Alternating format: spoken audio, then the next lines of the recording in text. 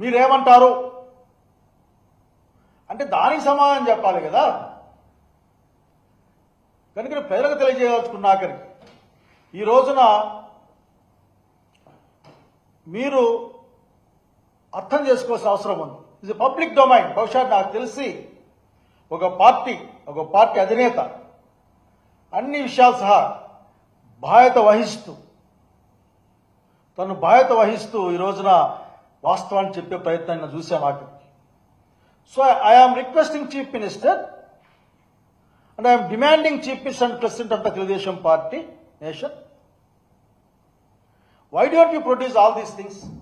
Which are the questions posed by the Honorable ex-Chief Minister and President of the SRCP Party? The questions, but answers we are expecting from you.